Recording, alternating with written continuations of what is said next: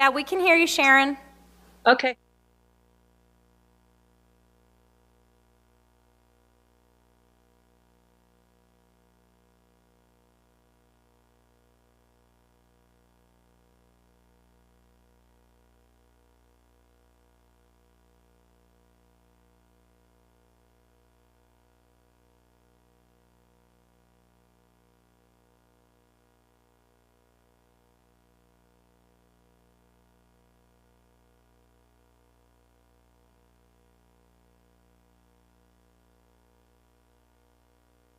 We have a quorum, so we're good to go if you want to get started.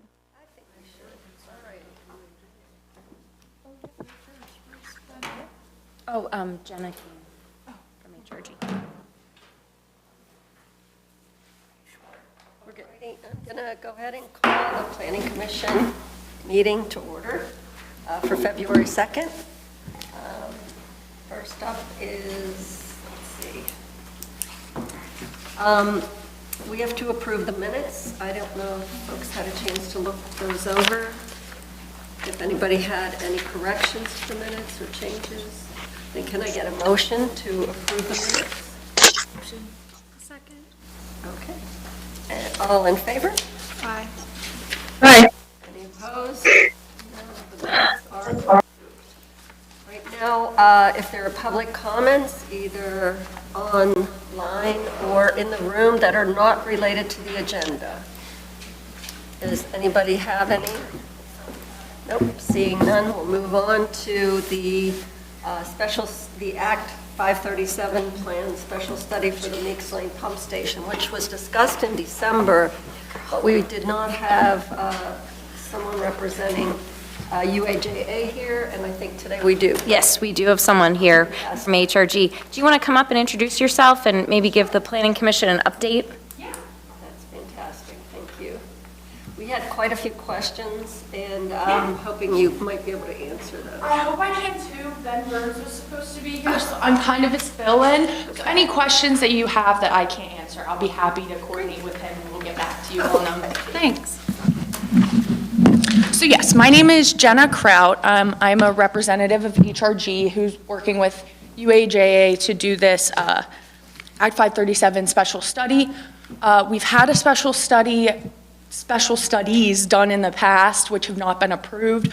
So we're hoping to get this one approved for some of like the planning that you guys have for future projects.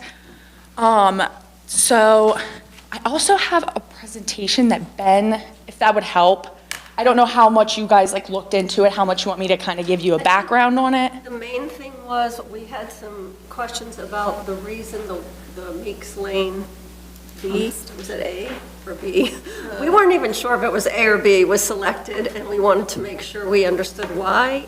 Okay, yes. And over the Blueberry Hill one, and so Yes. those were the main questions, I think, just trying to understand Sure. why you all were recommending the one you did. Yes, so we actually recommended alternative D, which I apologize if that wasn't more straightforward. I'm like, You're really confused. yes, so most of them were done 2014 and so on, so I've only been here for this one that we're presenting to you now. Okay. I don't have a whole lot of information on the other ones and why they weren't approved. Okay. I know some of it was just a lot of groundwork in areas that I don't think were suitable for all parties involved. Okay. So I think this one is a little more centralized. So if you have it in front of you, if not, I'm happy to pull up the presentation that I have. Your presentation would be great. Yeah, I that- have a USB, I don't know. If you want to bring that over here to Jenna.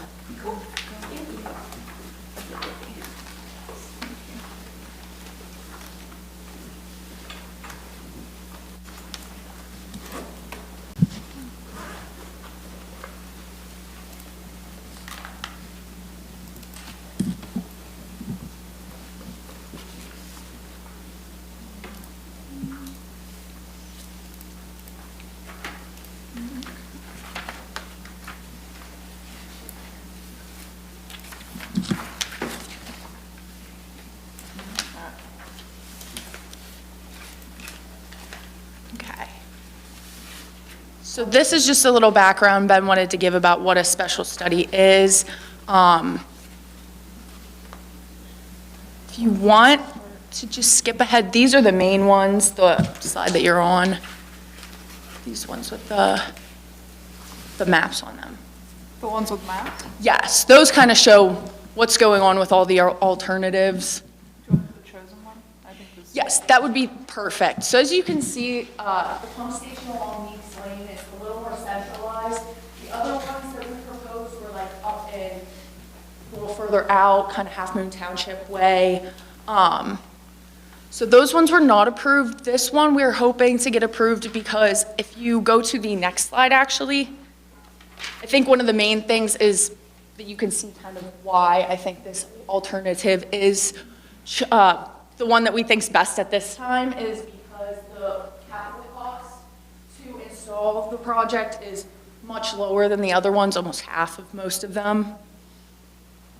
So how is that going to go from Meeks Lane? Is it still going to Valley Vista?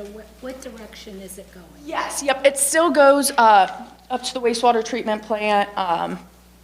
It still will follow the same path the other ones do. It's just kind of a matter of how it gets there. Okay. So this one's a little bit simpler, I guess, than the other ones. So what is the direction? Yes, the direction, if you want to go back to the map, everything follows up along here. So right now they're proposing 3 pump stations. I want to say here, here, and somewhere in here. And they want, the whole reason that we're doing this Act 537 special study is to try to combine those into one. So ultimately, this is going to give public sewer to those Meeks Lane new Yes. builds? Yep, and I believe, I'm not sure off the top of my head, I know there are, I want to say 3 residential developments being proposed in that area. So there is a need for these pump stations, and I think, to my knowledge, it's right now being proposed 1 pump station per development, but we're trying to find a way to kind of consolidate that and do it all in 1 pump station. Everything's going to the same place anyways, so. And they're all within the sewer service area. Right. Nothing that's being proposed is outside of the sewer service Yeah. area. Okay. Yep. Last time. I guess the question, one of the questions that came up was how much of the infrastructure is already there versus how much needed to be built? I think Sharon might have asked that question about the 8-inch pipes that, are they already in place or does that all have to be added? Most everything we're proposing will be added. I will check into that a little further with you, though. Yes. I think her question, and I don't know if you remember Sharon or not, but your question had to do with connecting this up to the other, to the main pump station, I guess. Is there already infrastructure in place? Oh, yes, everything after the pump station, kind of. I think there's a small bit where we have to connect to the force main that already exists. But yes, mainly it's just getting it to the pump station. It's obviously going to be like new infrastructure. Okay. But like the Valley Vista interceptor is very close by. It's not a whole lot to extend it out to get it to reach that force main. Okay. It's tough though with gravity systems. It's all about, you know, Right. where everything flows to, if it can flow by gravity to that, which right now it can't, which is why we need the pump station to get it to that other force main. And then another question that came up was there going to be disruption to public roads and public streets at all? Or was this, it looked like it was on private property or going across private? Yes, I know. I don't know whether they'll be doing it obviously in the road or not, but normally they'll try to keep it out of the road as much as possible to minimize traffic disruptions and stuff like that. But yes, mostly where it is to the residential developments, I don't think it's any like major highways or anything. So I don't think, but I'll also check into that. I'm writing these down, so anything I don't answer adequately, I will check in with Ben and see if he has anything to add. And when will the start of this construction be? Yes, so we came up with like a preliminary schedule, but it's obviously kind of contingent on when everything gets approved and everything kind of is able to go through. But if you want to skip, I want to say 1 or 2 slides. So this was our ideal schedule. It was receiving planning comments and concluding the public comment period in November. And then you can kind of see how the schedule goes on from so on and so forth, but obviously that'll be bumped down a little bit to accommodate. So there will be no other public comment period? No, there's an additional public comment period required by the 537 plan process. Okay. Yeah, this hasn't gone, right, Jenna, this hasn't gone to the regional level yet. No, CRPC will see this Thursday night. Okay. Yep. There'll be another opportunity. Yes. Okay. Anybody else have any other questions?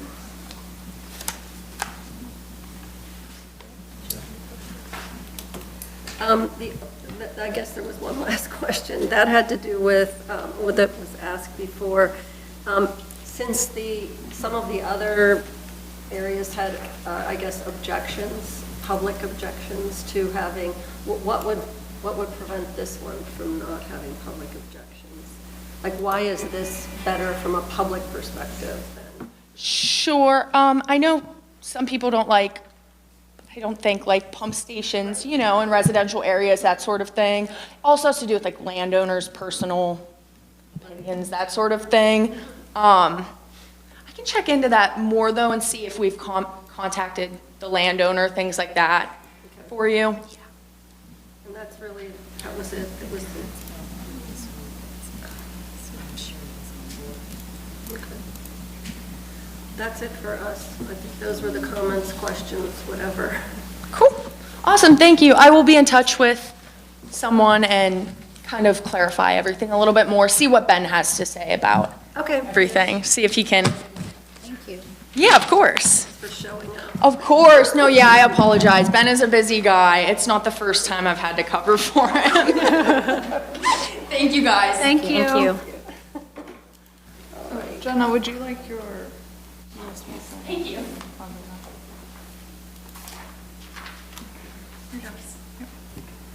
Okay, the next item on the agenda is the Park Forest Middle School lot consolidation plan. And I'm not sure who's, Jenna's going to take that. okay, Jenna, if you could help us with that.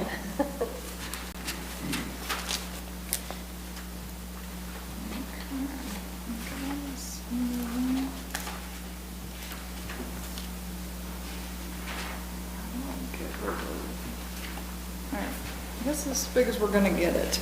So today, this might be familiar, I believe this planning commission, we have reviewed the lot consolidation plan for this proposed development. As a reminder, this is the lot consolidation for the Park Forest Middle School project. There were 3 items submitted to the township: this lot consolidation plan, the conditional use application that you'll be seeing after this, as well as the land development plan. Land development plan, pretty much we are in a holding pattern until the TIS has been finalized and approved by PennDOT. Ideally, we should be looking at a light at the Little Lion intersection. But that's kind of the only outstanding item on the land development plan. Once we finalize that, you will be seeing that shortly. So I'm telling you all this because I'm trying to control our conversations to this is strictly about the lot consolidation plan.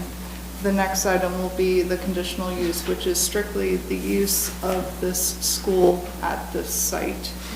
And then down the road, we will be looking at that land development plan. And I'll go through just a background again. It's been a bit since we did another conditional use, so we'll go through that. But for this, strictly the lot consolidation plan, this has been reviewed before.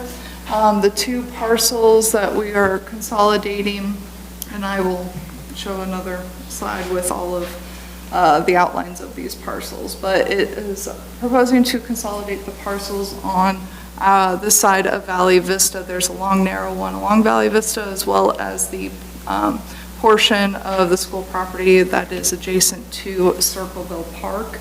It would total 25.96 acres. So these are the 2 parcels that are being proposed to be consolidated by the applicants.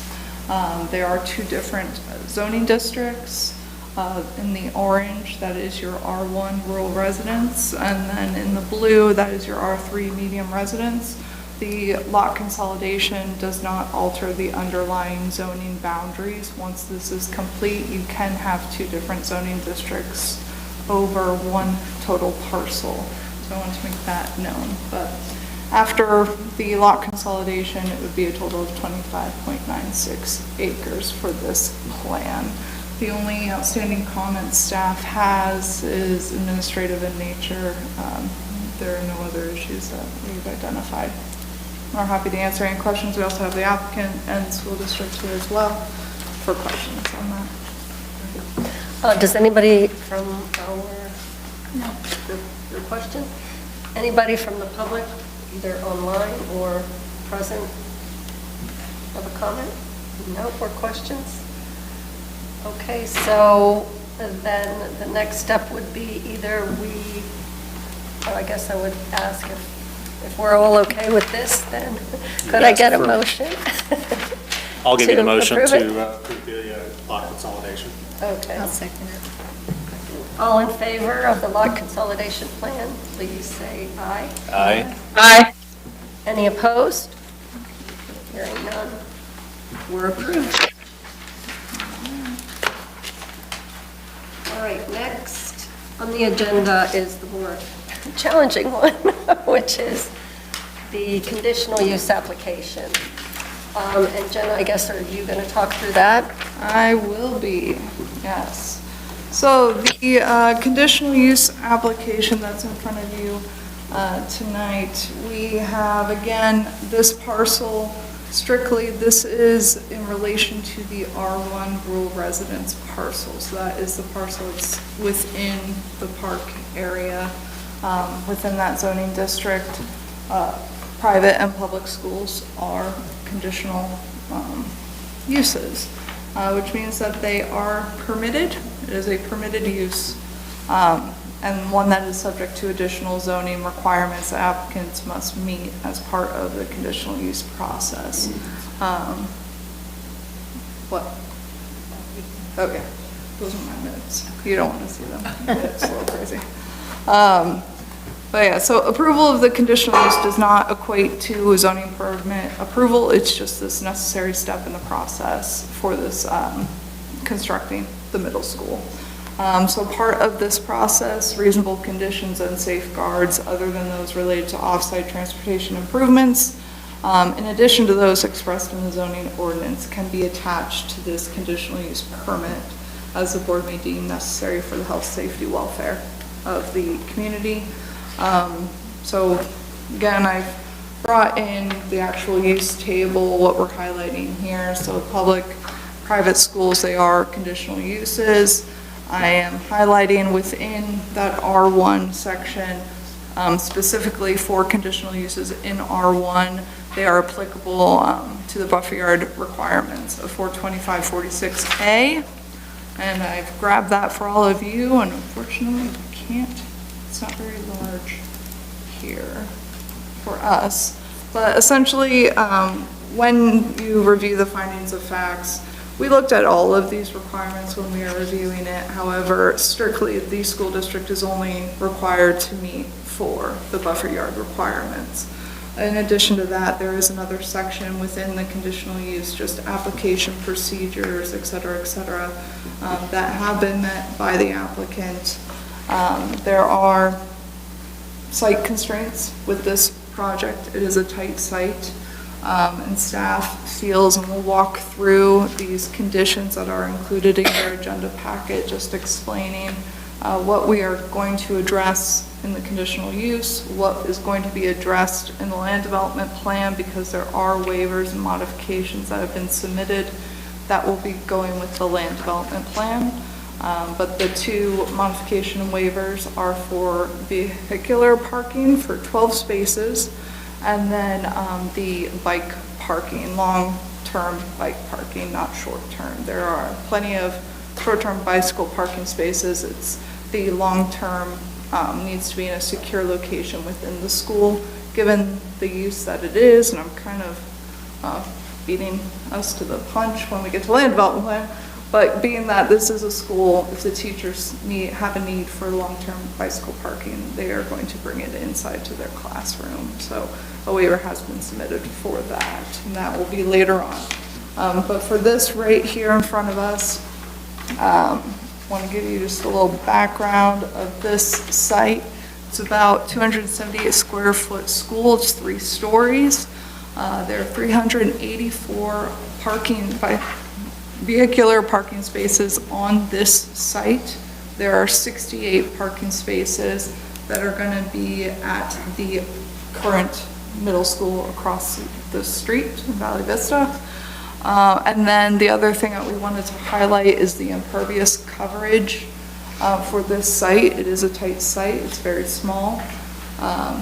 The R1 zoning district's impervious coverage is a flat 20%. That is for single-family homes, that is for any use permitted. There aren't specific impervious requirements for sites like this.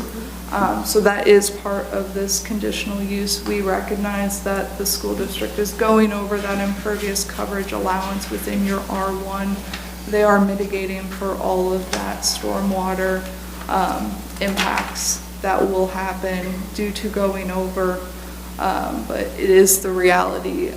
Unfortunately, it's one of those things that we need to keep up with zoning and SALDO ordinances. So when we have these different uses, we can actually have dimensional regulations to reflect the intensity of those uses. To hold a single-family home to the same regulations as a school or emergency use service building or something like that, it's not necessarily apples to apples when we look at that. And that's something that we have flagged internally that we want to address down the road.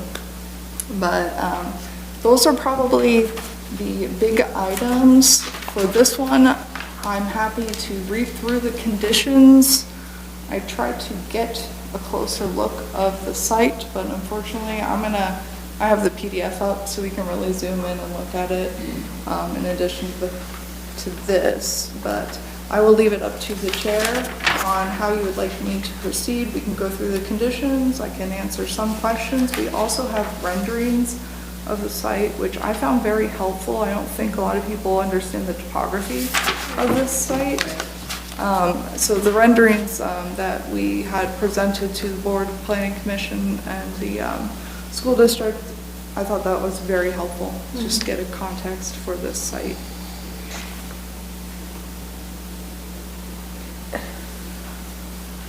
Do you mean go through them? Go through that? Well, I Oh, sorry, nope. Do you have some comments? no. No, right. Well, yes. Jenna, just really quick, I'm lost in the logic of jumping from 42557, controlling conditional use approval, to 42546. Can you explain? Just the differences between the two? Yes. So 42557, I have it pulled up in case there are additional questions. It is essentially the process for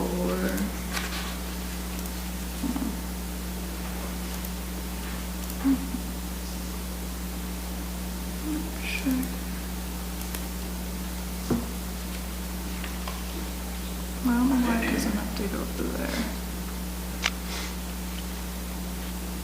Can everyone at home see my web browser with the agenda? Yes. Hold on. Is it through the Click Share app? That's why. Okay. Hold on. All right. So what I included in that PowerPoint again is this use table for R1. It has your permitted, accessory, conditional, etc. Down below here, there are additional requirements. These are for specifically the conditional uses. So for 2557, that's all conditional uses. They are subject to this. Kava was subject to 42557. And then in addition to those requirements, 42546A, those are those buffer yard requirements that I showed you in the presentation. So 42557 is essentially the procedures and the criteria for conditional uses. That is assurances to the applicant that when they submit, they will be reviewed by planning commission if they meet certain deadlines. This was a bigger project. We did receive appropriate extensions from the applicant to ensure that we didn't run into any legal issues with that. There is criteria, conditions and modifications within this section, so that all these conditional uses need to comply with all the requirements. It's consistent with the general intent. And then finally, within that application, so the applicant did provide us a very good site plan and rendering to understand how this site is to work. So that is for 2557-2. And then after that, you get into C. So essentially, it's just acknowledging that any sort of increases or intensity to this use would require a conditional use public hearing all over again. And then there are additional buffer yard requirements within 42557D. And that essentially just identifies that whatever is the most restrictive ordinance requirement would impact the plan or the conditional use that you are looking at. There are requirements in here essentially to be cognizant of the neighbors, buffer, like fencing. Question's not getting answered. Well, I'm afraid that we're glossing over 57, procedures and criteria for conditional use, prerequisites for approval of conditional use. Number one, it shall be required prior to the issuance of a conditional use permit, a suitable site plan shall be submitted to the Township Planning Commission for review and approval. Number two, the site plan shall be submitted through the town secretary to the Planning Commission at least 20 days prior to its next scheduled meeting and shall contain a site plan showing the overall development scheme, including the proposed site layout, existing zone of the site and surrounding properties, parking facilities, traffic flow patterns and control devices, access to all adjacent streets and alleys with traffic flow patterns and existing and proposed traffic control devices, a list of the type of establishments to be located on the site and their approximate floor areas, landscaping and paving plans, method of water runoff control, plans for water supply and sewage treatment, and the location and types of fences or walls and signs on the property and the phases for development. B. Bill, can I stop you? That was all submitted. That was all submitted as part of the land development plan. Okay. So this is not any different than how we handled CAVA. We took CAVA, the conditional use, first. In the case of this plan, the traffic impact study and the traffic signal warrant analysis is being looked at by PennDOT. So we're allowing them to move forward with the conditional use, understanding that if something comes back from PennDOT as part of the review of the traffic impact study and/or the review of the traffic signal warrant analysis, we might have to add additional conditions. But we wanted to get this through this part of the process. We're hoping tomorrow the Board of Supervisors are meeting at 8 a.m. to take action on an MOU for the payment of the traffic signal. We have to have a financial commitment submitted with that warrant analysis to the state. So we're hoping to get this keyed up so that we can move this through the process as things are finished. We're not moving ahead any faster than we have with anybody else. Again, this is very similar to what we did with CAVA. And they submitted that land development plan months ago, so they have met the requirements.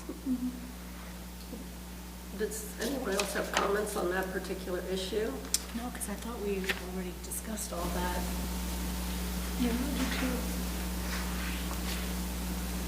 Bill, Yeah. you're still concerned. I mean, I am concerned, yeah. Because I do. What would be your concern? Yeah, what's your concern? So my concern is we're rushing through 2A, B, C, and D before we have the traffic study and before we have that in front of the Planning Commission. So the only thing that's left on the land development plan, I believe most of our conditions have been met. There's very minor administrative conditions that are left on that. The only thing that is left is traffic. What's complicating the traffic is we're talking about 2 township streets. So the traffic signal has to go through a different process than what it typically would go through the land development process. So that's why it has to go to Harrisburg to be reviewed rather than just being reviewed in Clearfield. So that's why we want to move this forward, because we don't think that it's going to take months for that to happen. We think you're probably going to see the land development plan next month. So again, this is exactly what we did with Kava. We can't treat anybody any differently. And this is how we did Kava. Kava, they went ahead with the conditional use about a month or two, actually 2 months prior to the land development plan. I think the conditional use was done in February, and their land development plan was done in April or May of last year.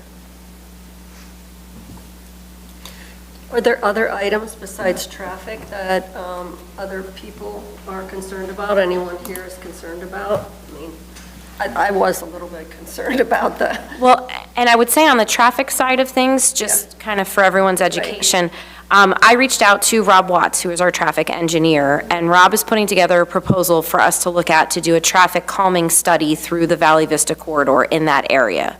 That's something that the Board of Supervisors will talk about February 25th. I believe the school district is also going to talk about it, because we're trying to be good partners in this whole process together. But the traffic is probably the number one concern that at a staff level that we have with this plan, and we're trying to work to mitigate that. There are things that will happen, for example, this traffic study, if it's approved, or this traffic signal, if it's approved, that will happen before the school can open. If we do the traffic calming, the pieces of that will happen as the school is opened, but the goal is it's not going to lag that far behind. We're going to look for some funding and some other things to make these other pieces happen.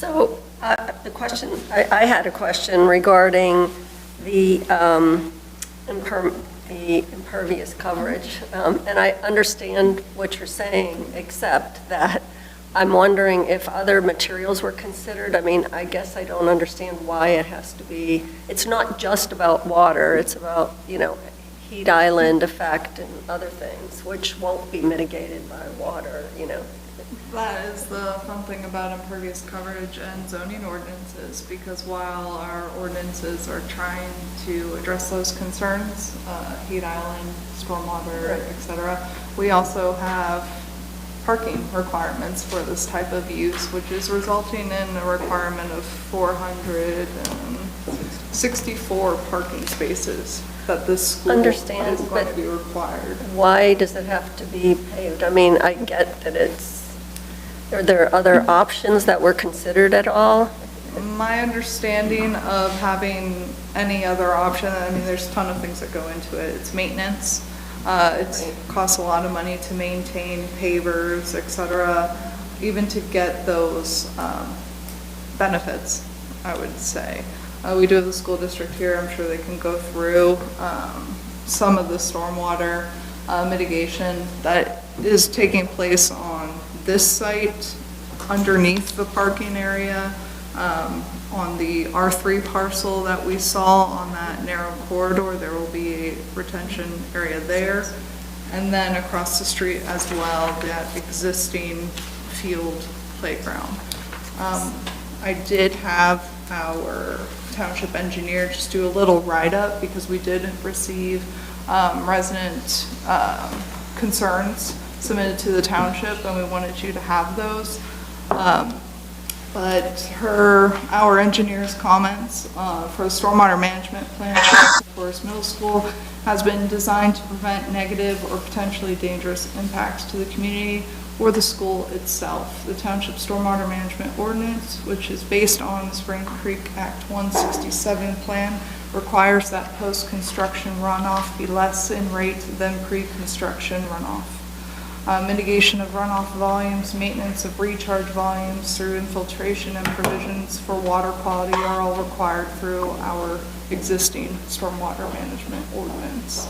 But I think when we talk about other options than just plain concrete paving, it's very expensive, and it's just not feasible most of the time.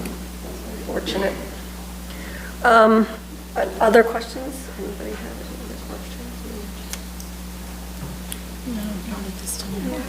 So the paved path is part of the impervious coverage, the paved bike path, the pedestrian and bike path? All of it gets included, so there is once we get to the plan, there is a building coverage impervious area. There is also just overall hardscape impervious. So the total that I have, part of the conditional use totals both of those together. That includes all impervious coverage for this R1 parcel. Will they use the retention pond that's on this side of Lion? Is that where they're going to put all the retention water, or is there going to be two? I don't believe so. Let me see if I can grab it. Just have it open. My understanding of the two retention areas, and we have the engineer here, there is one underneath the parking area. Which is right here, right?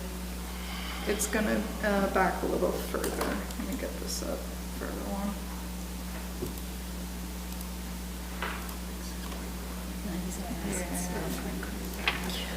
I brought by there. All right, so there is a portion that's under the bottom left. There's that massive parking lot right here. There is going to be stormwater retention underneath there. There is a stormwater retention area up here in the upper right-hand corner as well. That's on a separate. So if I'm looking at I can't see that, so we're saying like right here and then up in here? I would say the top right, that's one. Okay. And then your bottom left, Okay, the other side within the park. okay. And that's underneath the parking area. Yeah, I know how it goes. So you wouldn't necessarily see that Right, for this site. okay. So there is a gully that goes down from the tennis courts into this.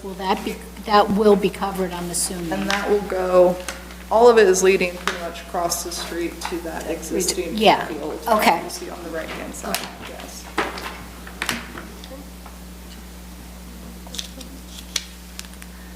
Sharon, did you have any questions? I don't. I mean, I think the conditions that were laid out were pretty, I was impressed with that. I thought it addressed a lot of the issues that came up at the meeting. So, other than the timing of all of this, I think you guys did a good job on that part of it. And I wish there was something we could do about the impervious coverage.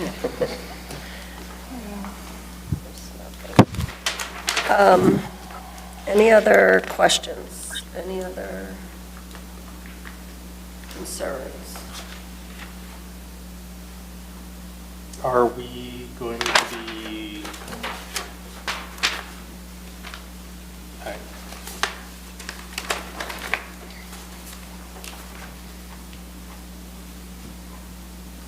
I'm just mildly concerned that, About the yeah, order? that we get the Order. conditional Yeah, so request and then it's the I do have entire a, property. I do have a Yeah. question just from reading this email. Is there any concern about sinkholes in that area, as she's suggesting in here?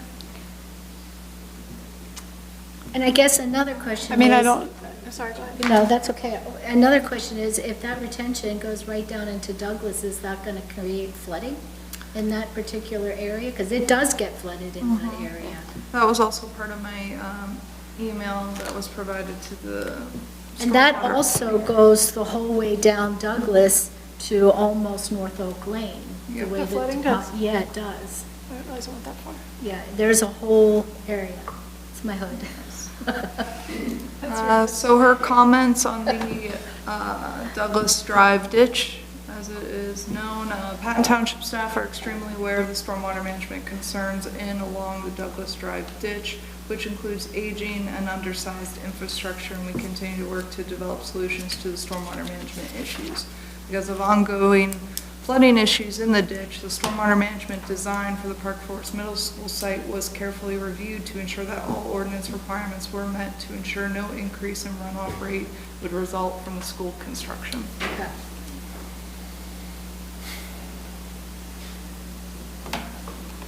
Said and said.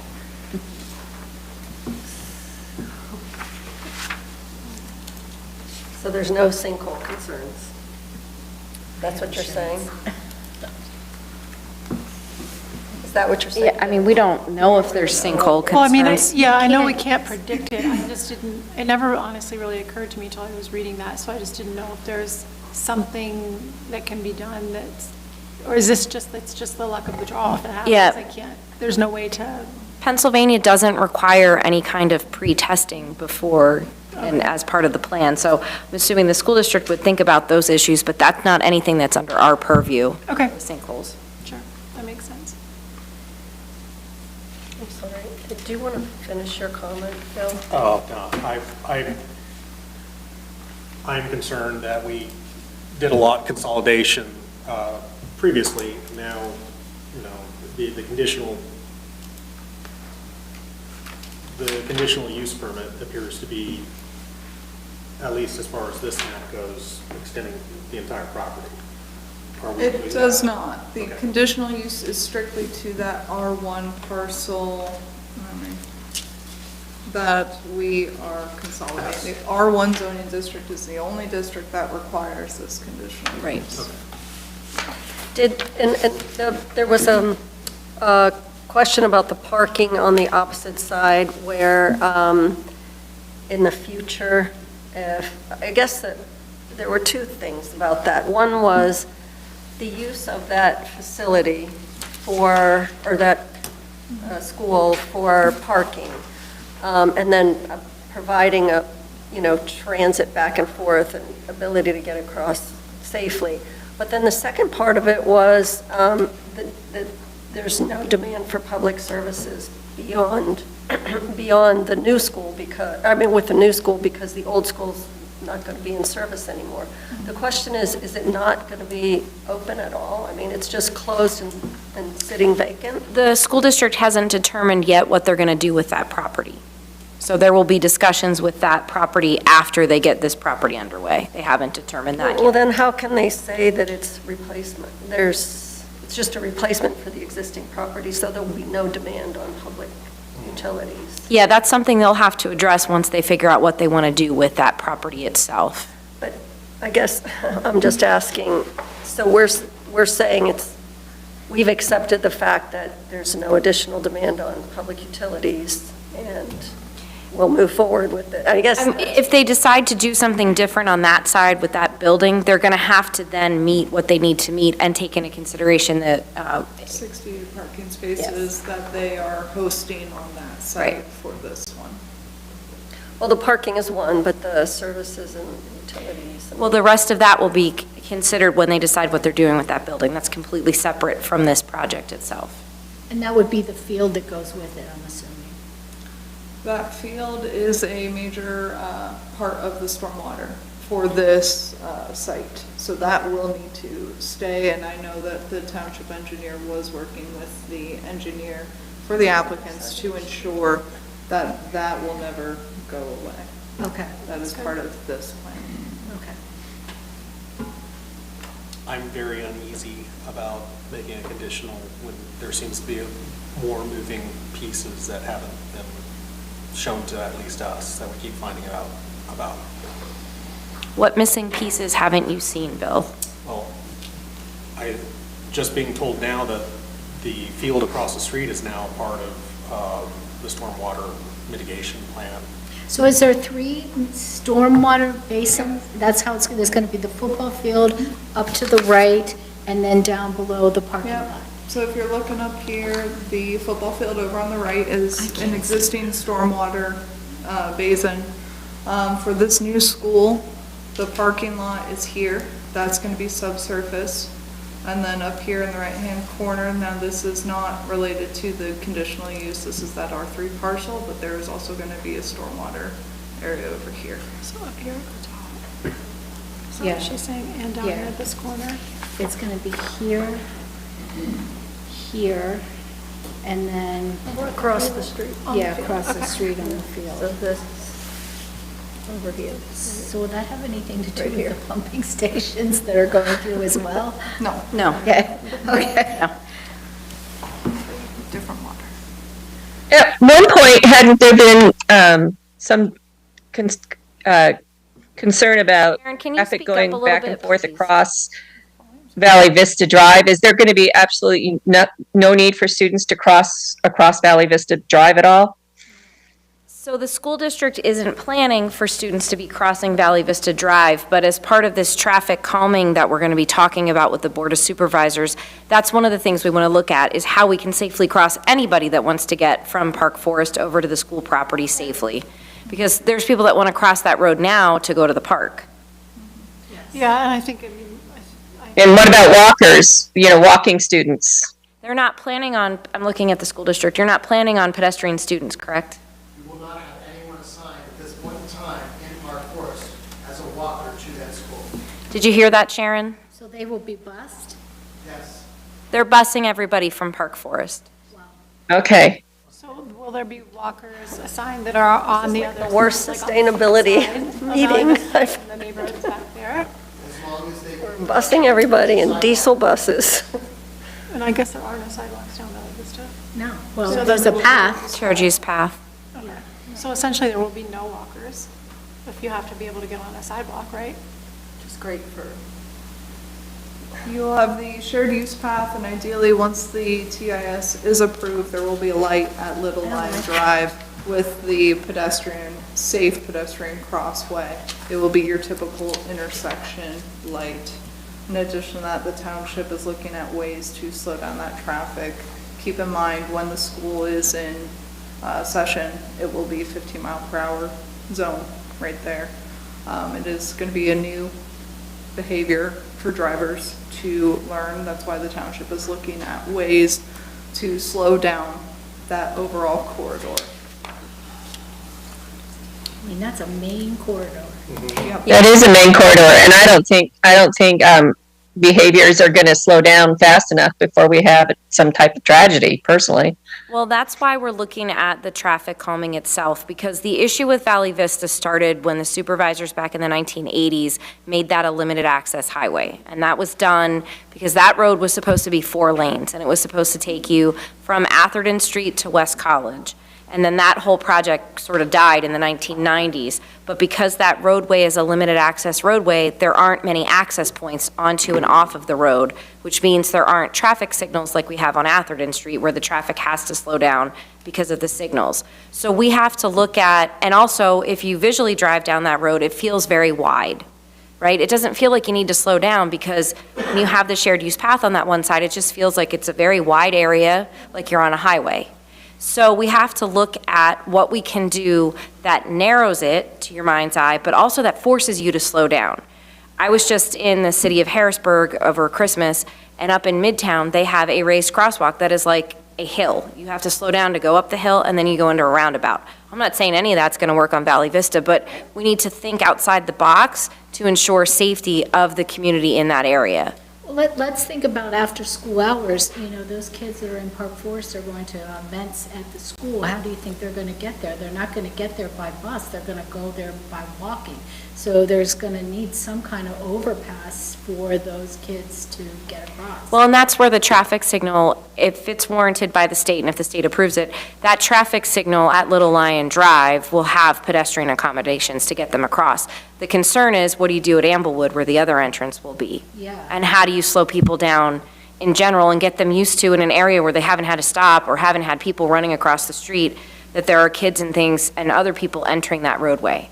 And looking at the corridor from Devonshire, not just from Little Lion, look at it from Devonshire to Amblewood, and how can we address that whole corridor through there? Especially on Oakley. Oakley's a nightmare getting out. Yes, Yeah, Oakley and Devonshire. Devonshire is hard to get out of. yeah. At least Oakley, you had the people coming down the hill. Yeah, that hill. Yeah, I lived on the corner, I know. I mean, all of these things came up before when we had the conversation with the planning commission and the public that were here. And so the traffic issues seem, Yeah, and I almost want to say insurmountable, but I know that's not true. we've been talking about them all through this whole Right. process. We And I knew can the see traffic by would the, be- by what you've put in here, that you've obviously been thinking really hard about it. But, I mean, thinking about putting every single student on a bus, on a diesel bus, and, shipping them to, and then, That was a decision the school district made. That wasn't what Yep, the no, township. I get it. It just makes it difficult for us to say, oh, yeah, let's move forward with this. Because this is a new process to me, and this is probably a stupid question, but just so I have an understanding, what we decide today, if the traffic study comes back and says there's no traffic light, it doesn't, is there like anything that brings it back? Or if we say tonight, we agree with this, and then the traffic study is just an absolute disaster, are we just stuck with that? No, what we've said through the whole process, and we've talked with the school district about this, once the traffic signal is determined by the state, again, they have to review the signal warrants, and we know what's going on with that. If for some reason, and our traffic engineer doesn't think that's going to happen, but crazy things happen all the time, if for some reason that happens, we'll come back and say, all right, we got to go back to the drawing board to figure this out. Is it a roundabout? Is it something else? What happens? And then there will be changes to the land development plan. That's why the land development plan is not part of the conditional use process. Okay. And if we have to go back and look at some additional conditions, we can do that as well. Okay. Because there had been some discussion at one time about even having raised walkways going across at a couple of points. And I know that was very, very expensive. That was that was probably, what, about 3 years ago that had been put up as an option. We are looking at raised, as part of that traffic calming study, we will consider raised crosswalks. There won't be a pedestrian bridge. I think that's not cost effective. As much as that would help solve this problem, that's not cost effective. But we are looking at other ways, and that's why we have Rob Watson. Again, the board will discuss this February 25th about engaging him to do this traffic calming study for us. It feels. Yeah, Randy Brown from the school district's going to speak. Just want to try to capture some of the questions and concerns that you've brought up. I may not be able to remember all of them, but please understand that when a road, the designation of that road right now does not allow us to force or assign students to cross that road. And we want to maintain that designation. One very important reason, among others, the students that live up on Galen, is that the correct street that I'm thinking of? If that roadway is no longer hazardous for any student, it's that way for all students. And so if there are elementary students that are up on Galen, up by the movie theater, then if that roadway is no longer hazardous, those elementary students must cross at that traffic signal on Valley Vista as well. We have no desire to have elementary students cross and be walkers to the elementary school. All students must be treated the same way. Down on Atherton Street, Radio Park is not very far from Atherton Street, but students that live on the opposite side of Atherton Street from the school are bused because we do not want them crossing. So we have not thought about this very haphazardly. It's been with great thought before we even came to the township, and then the township posed a lot of the same questions and concerns that you are as well.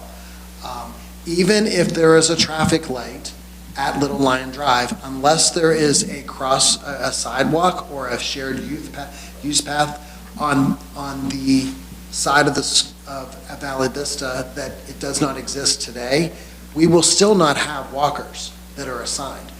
If students and parents choose to let their students walk, then we want to help and partner with the township, and we've committed to that. The administration has committed to asking the board to do that as well. And we're going to be talking about that very soon with the school board.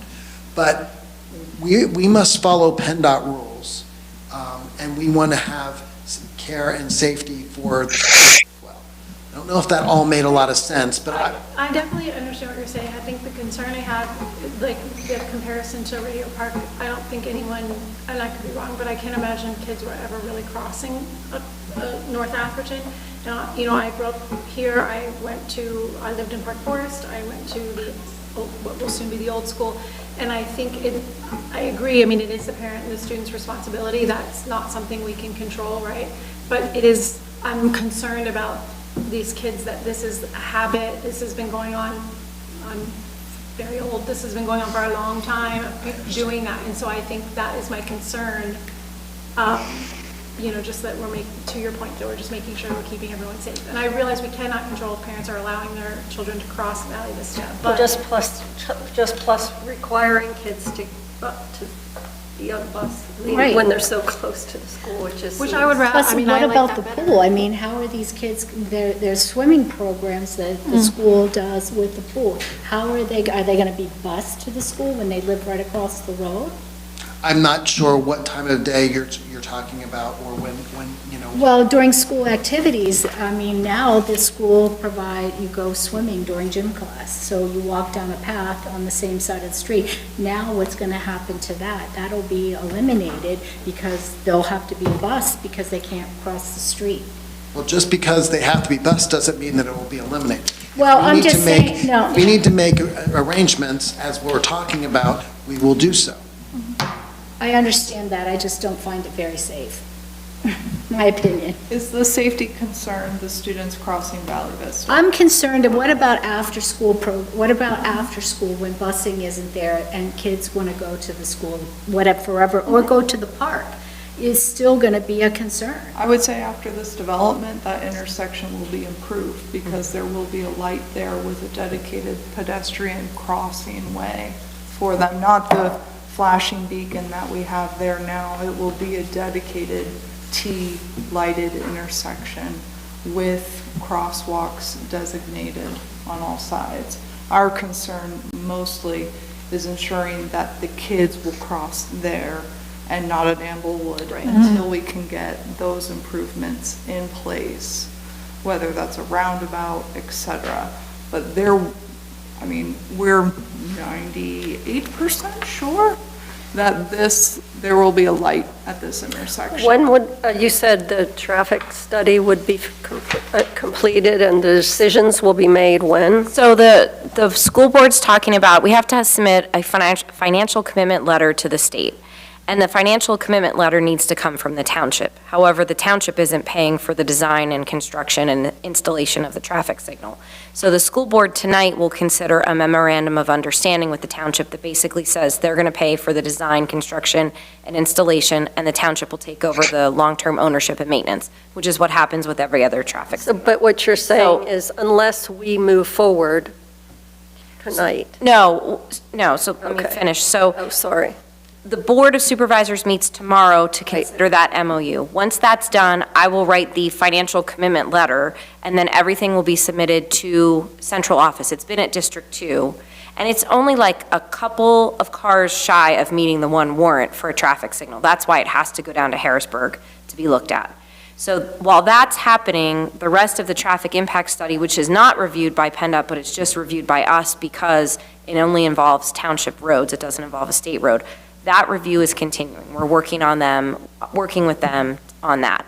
If you are not comfortable with the conditions and you want to wait, Yeah. you can wait, but you have to understand, a lot of this won't change. I understand the concern about the school district has decided to bus the students, but the school district made that decision. That's nothing the township can compel them to do.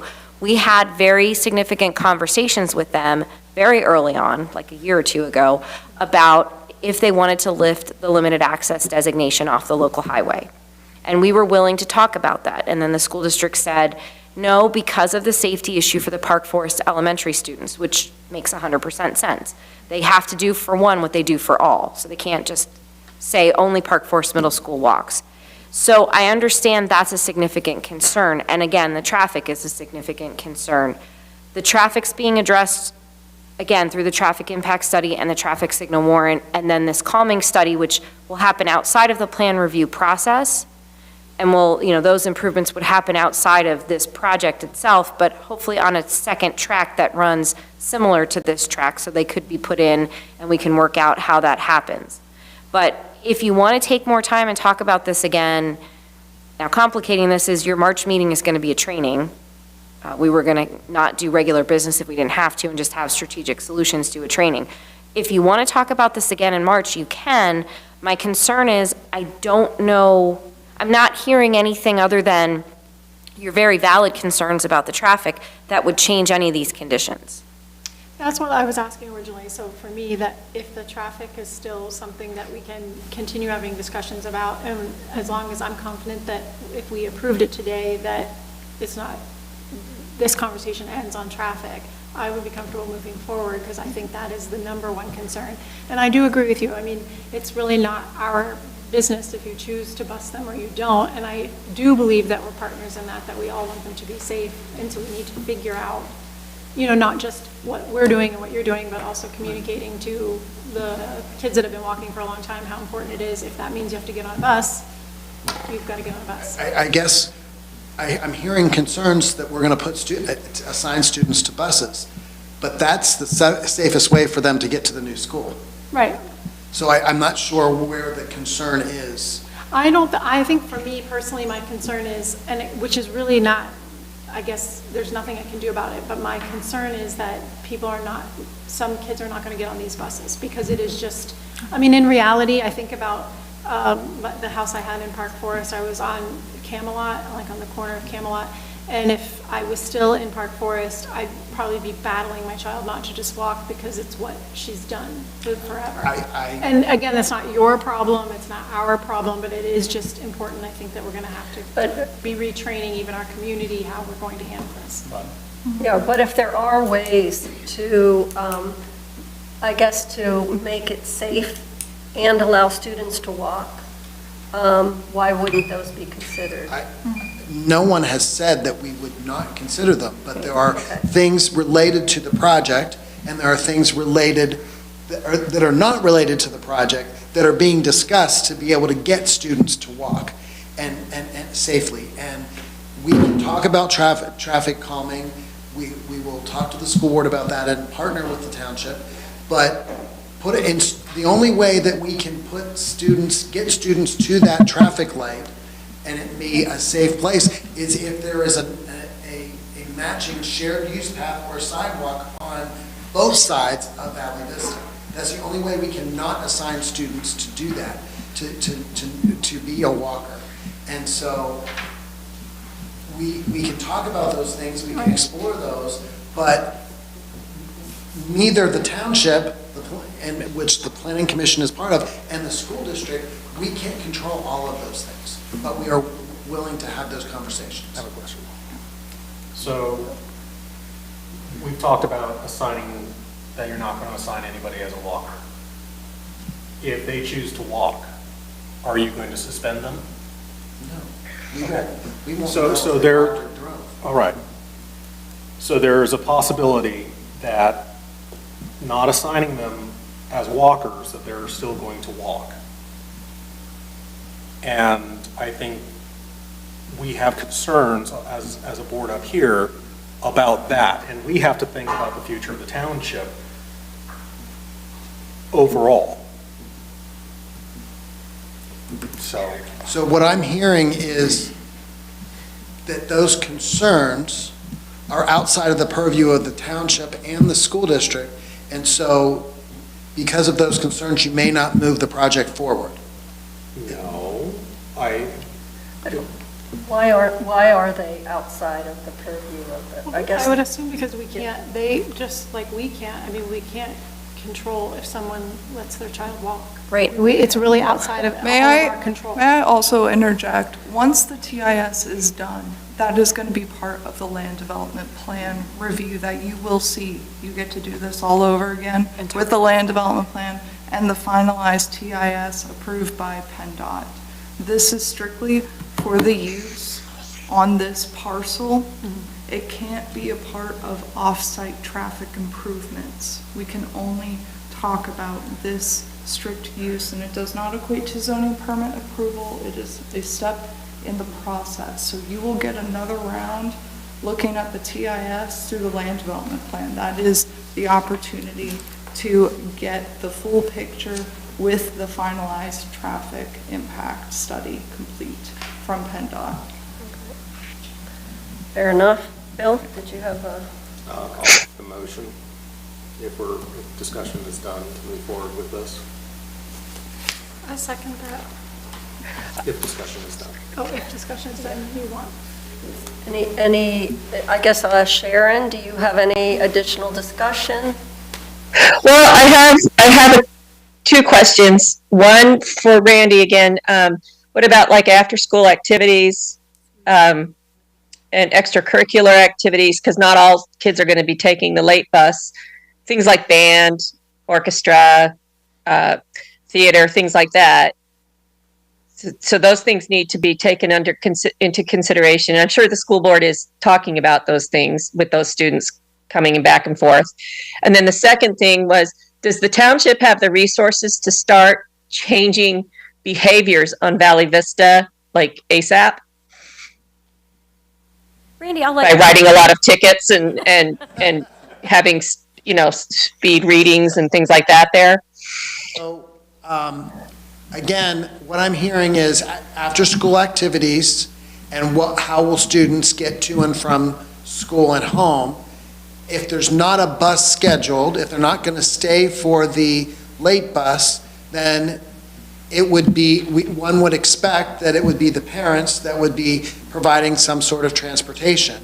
If the parent and the student or the student just assumes that they're going to walk, we're all praying and hoping that there is a traffic light to improve the safety, at that intersection. But they would, we don't control what students do now. It's a different environment, I understand that, but at all of our schools, we have no idea if a student is walking 3 miles or not, whether they're walking across a hazardous roadway or not. So we are, the district is going to, the administration is committing to the township. We're going to ask the board to take those steps to commit to improving safety as much as we can and work together through those various ideas. Yeah, and we can't control behaviors of people, right? But one of the things we do want to do with this traffic calming study is look at ways we can change some driver behavior. They're speeding there now. We have the speed sign there now. People know that they're speeding. And you guys do a good job of ticketing. Yeah, and we do enforcement there, and if the state of Pennsylvania would give us local use of radar, we could do even more enforcement, so go talk to your legislatures. But we are going to do from our side what we can in terms of the traffic calming and also enforcement.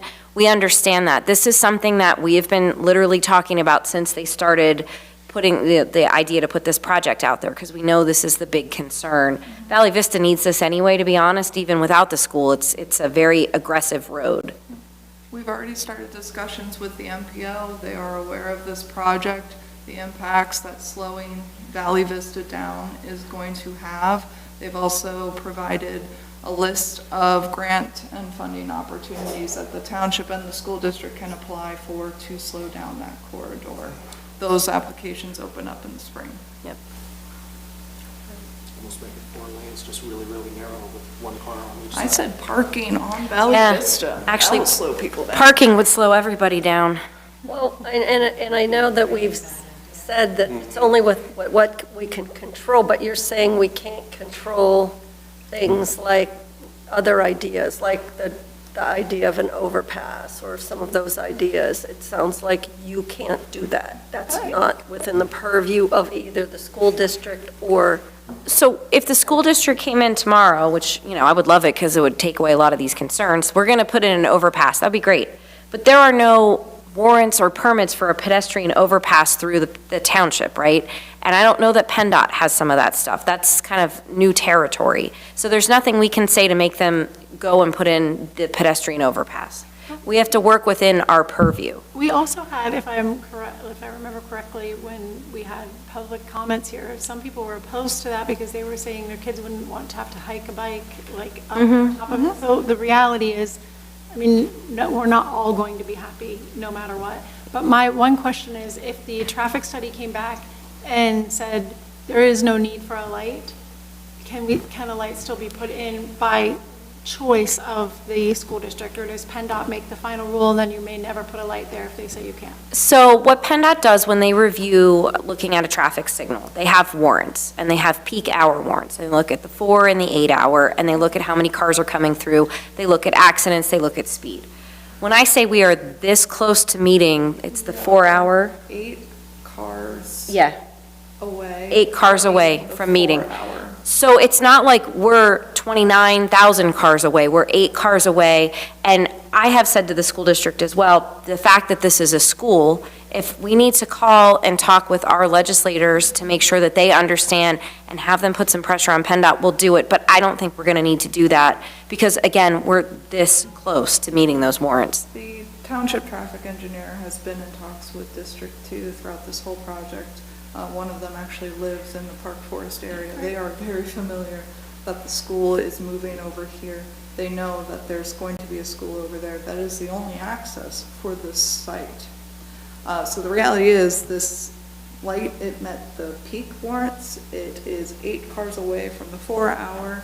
And unfortunately with that, District 2 can't do the approvals. That's why it has to go to the central office. But even the central office, they are aware of this as well. So we have a traffic study and 8 more cars to drive back and forth, back and forth, back and forth. We actually offered to do that. I was going to say, Let us know. how many of us are here?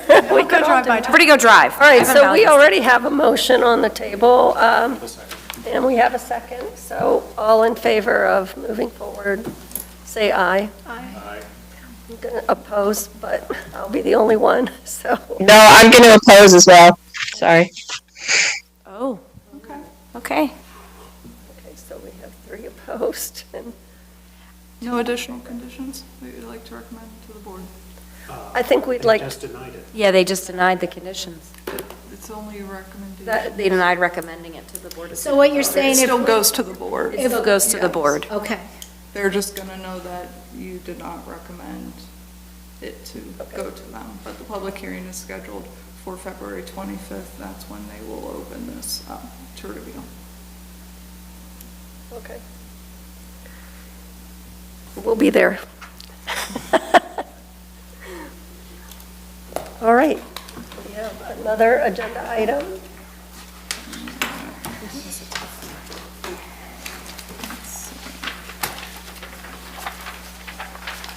That's future land use primer. And that would be, I guess, Jenna again. Is me. So putting on my regional hat, I am here to discuss the future land use map activity that we are planning. This will be a joint meeting with the elected officials, the Board of Supervisors, Patton Township, as well as Planning Commission here. And that is to review your future land use map for the Regional Comprehensive Plan. So I got a short presentation, seems like a lot, but I just like to get to the point on a lot of this stuff. But it's pretty much going to be a primer on what a future land use map is. And yes, Bill? I'm going to whisper something into her here real quick, so if we could just have a Go ahead. few seconds.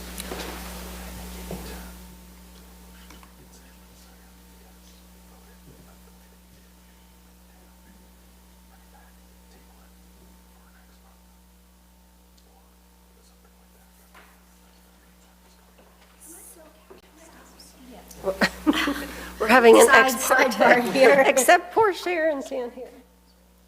I can't hear.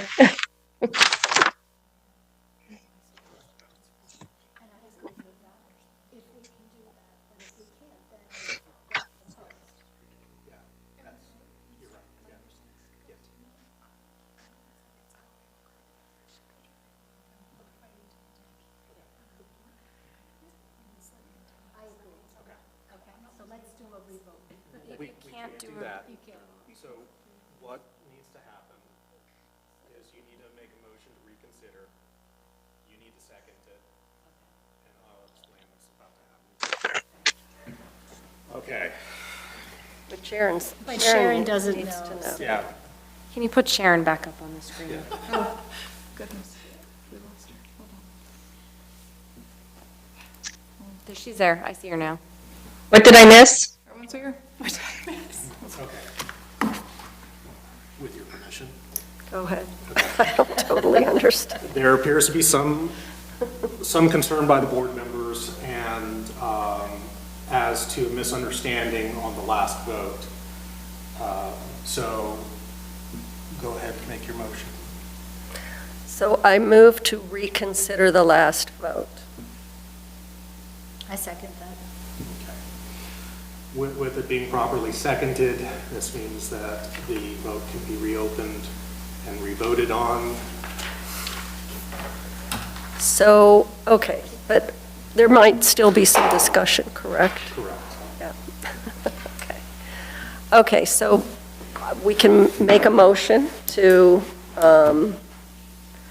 send this to the Board of Supervisors with conditions, however, Reserve the right to deal with the traffic on the, Okay, timeout. yes, Timeout on all of this. yes, thank you. Because I am not certain you can go back and reconsider a vote. Okay. And I don't want to call Betsy Dupuy right now and ask her, I but, have an addition once we're done. yeah.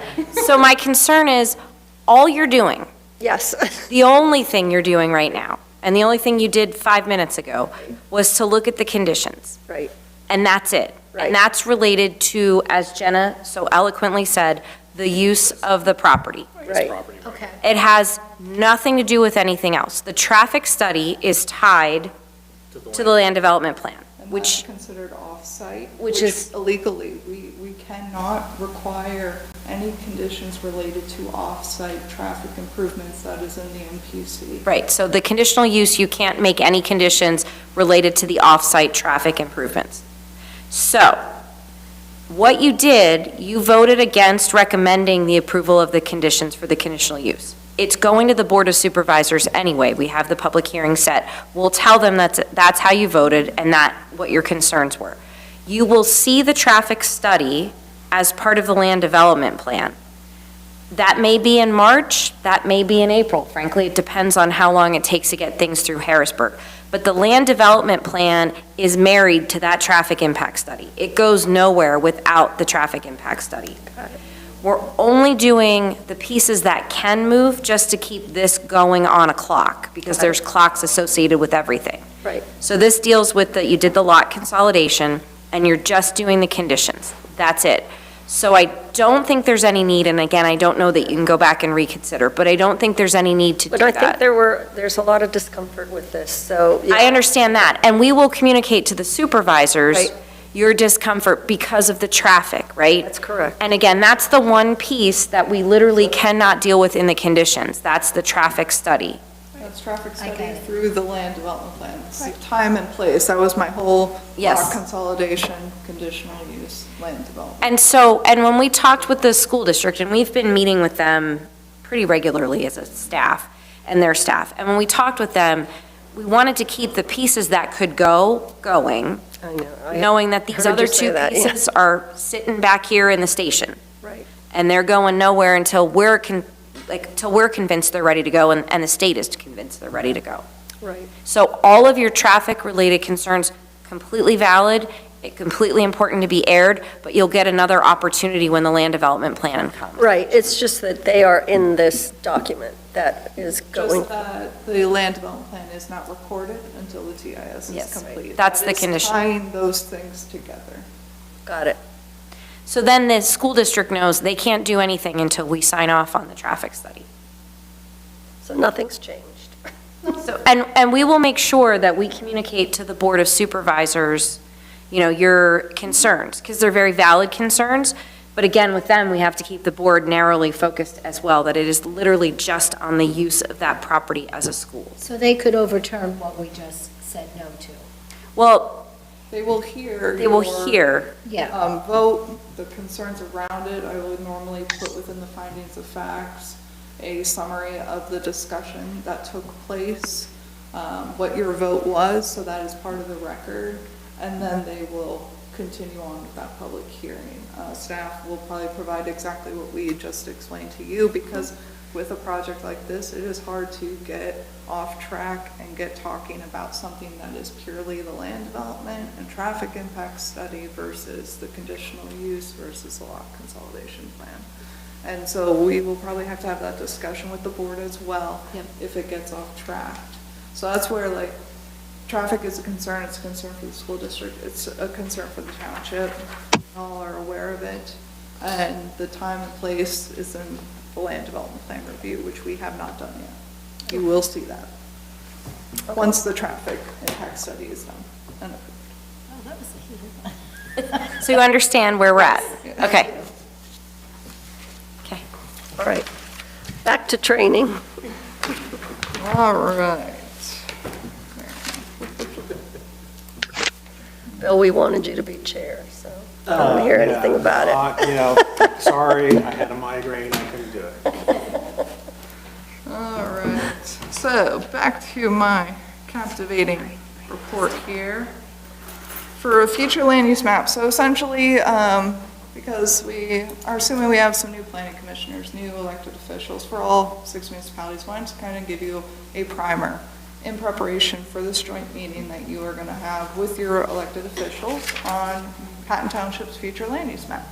So we're going to go through just a little update where we are in the process. We have a new trend report that you have in front of you. That is the sustainability trend report. Newly for you, that is updated and on the regional comprehensive plan website.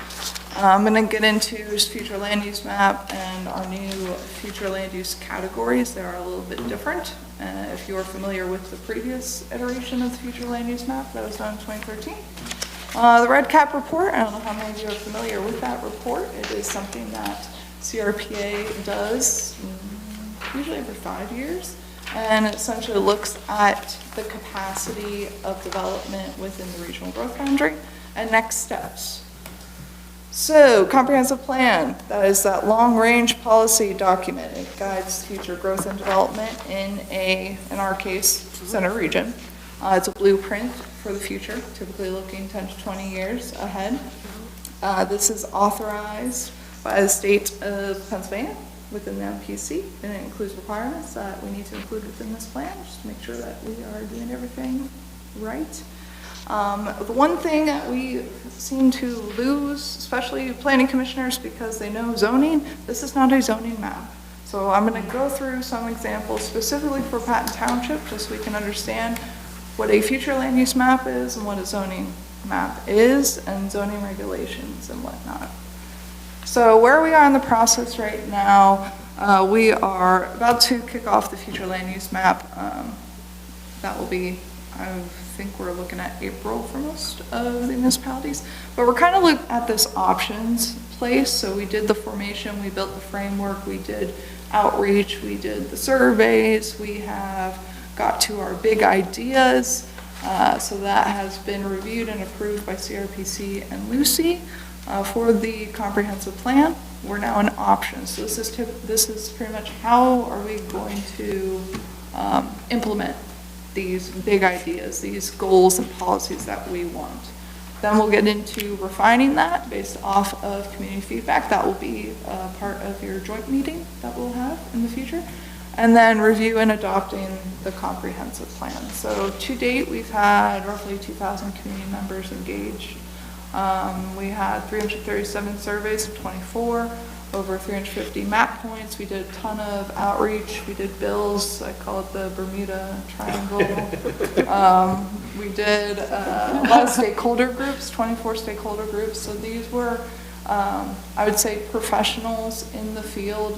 We wanted to talk to the developers, we wanted to talk to the realtors, we wanted to talk to the environmental groups, just to understand what the comprehensive plan is. It's essentially a blueprint for growth. Where are we going to grow if we need to grow? So that's where those trend reports come in. We have population projections, so we understand our need and the amount of people we need to accommodate by 2050, roughly.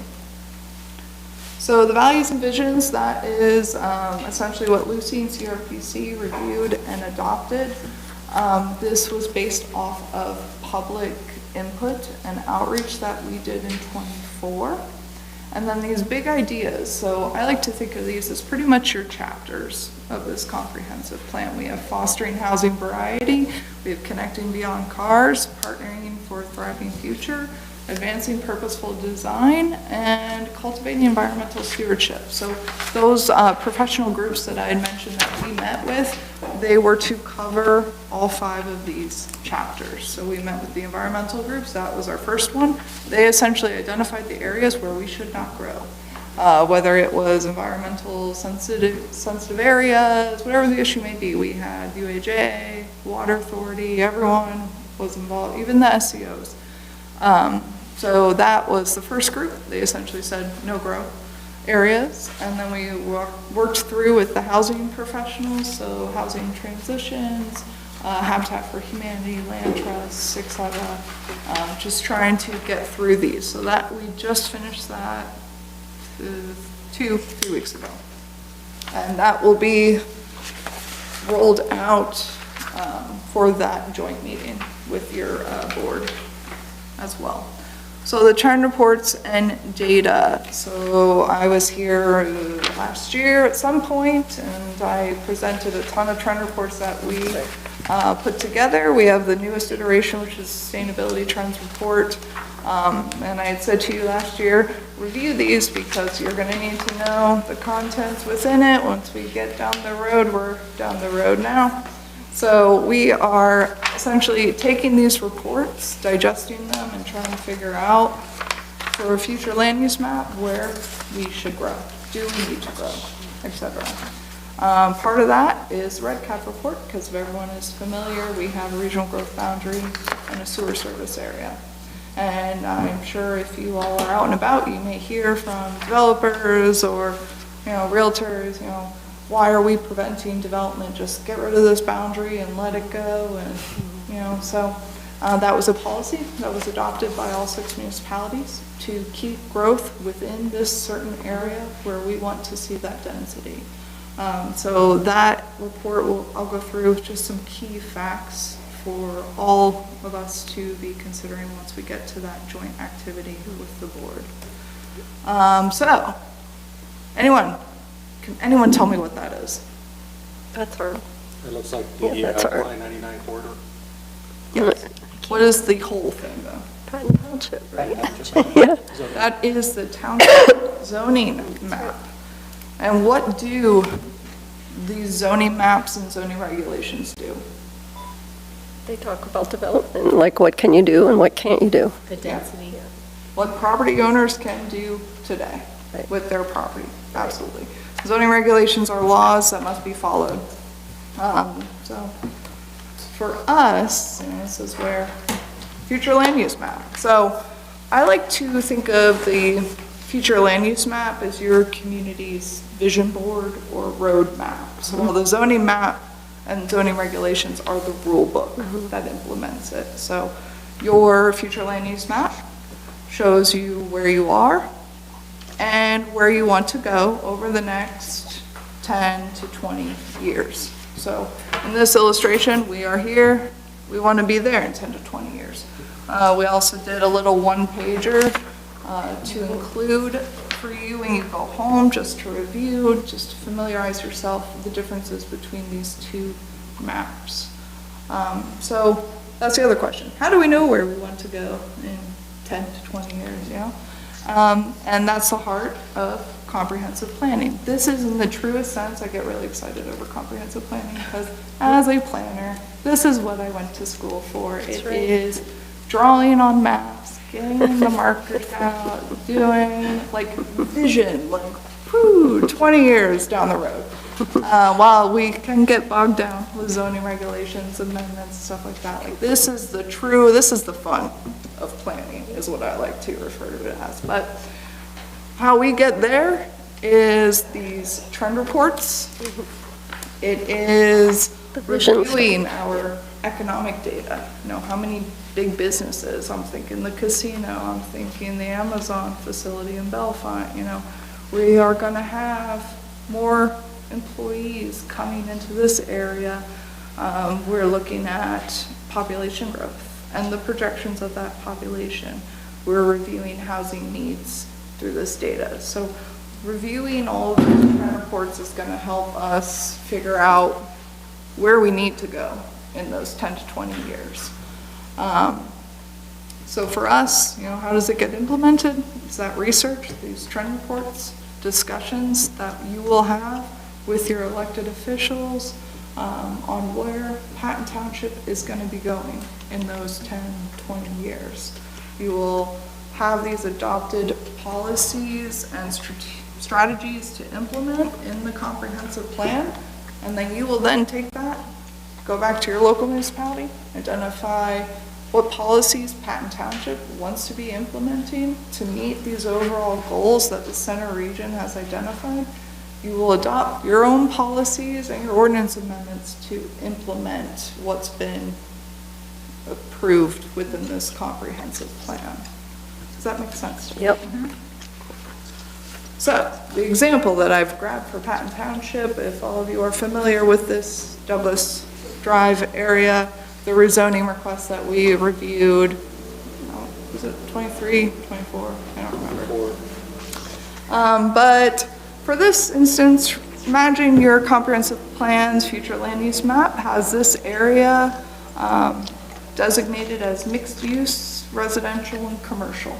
You know, that's a long-term vision. We want to see this area, specifically along Atherton, as mixed use, commercial. We want to have those neighborhood shops, apartments, offices, kind of everything. This is what we would love to see here, you know? But your current zoning, it has it as single-family residential, you know? And that's just because that's what exists there today, you know? Zoning hasn't necessarily caught up to your vision yet. So again, we go back to the drawing board of, you know, vision, policies, and then your ordinances to get to those identified policies. So this is kind of this comprehensive planning that we're trying to get in this example that we've provided for you all. So back to the future land use map. We do have online now. We met with Amy and Nicole to essentially get your existing land use map in place. And this is based off of these new land use categories that I had included in your agenda packet, I believe. I do want to highlight some of the changes that have been made. If you are not familiar with the 2013 future land use map, then I wouldn't really worry about it. Just know that you have a lot of options in front of you now. But the biggest ones I will say, far left, is your residential categories. We had one residential land use in the 2013 future land use map. We now have 4. And we've kind of identified it as densities outside the regional growth boundary and then densities within the regional growth boundary. It is a strict calculation on dwelling units and acreage to get that density. So there isn't any sort of, I'd call it creative, you know, abilities with this. So what we did on the back end at CRPA, we went through all your neighborhoods, we calculated the densities based off the units and the acreage of the original plan. So now we have a lot of flexibility. This request came out of State College Borough, I believe, because there are a lot of different residential types, and we wanted to have that, give that flexibility to the local municipalities so they could truly cater what type of residential they wanted in certain areas. That middle column that's on that second page, we have 3 different types of commercial. So for us, neighborhood mixed use corridor, I like to think of these as how the building is designed for the users. So the easiest example is the regional mixed use. That is your big box, Target, Walmart, etc.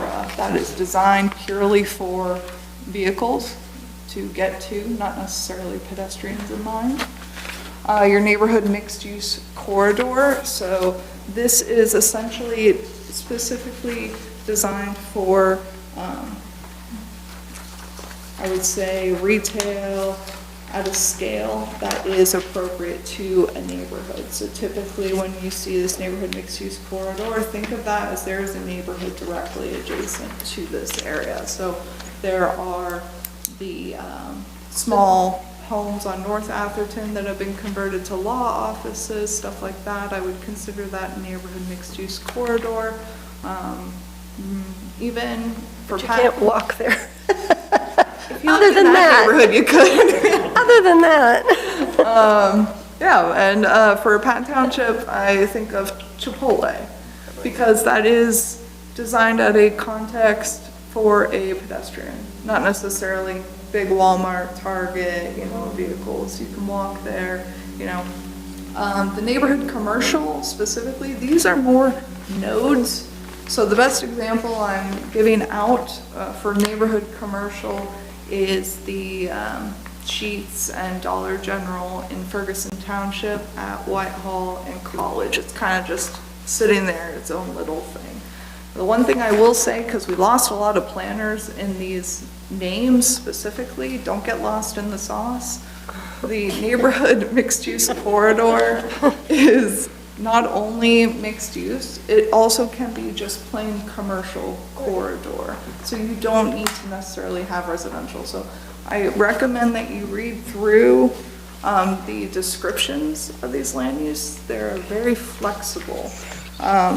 In addition to that, you will notice there is a standout office area. I look at that as strictly office, as in an office park.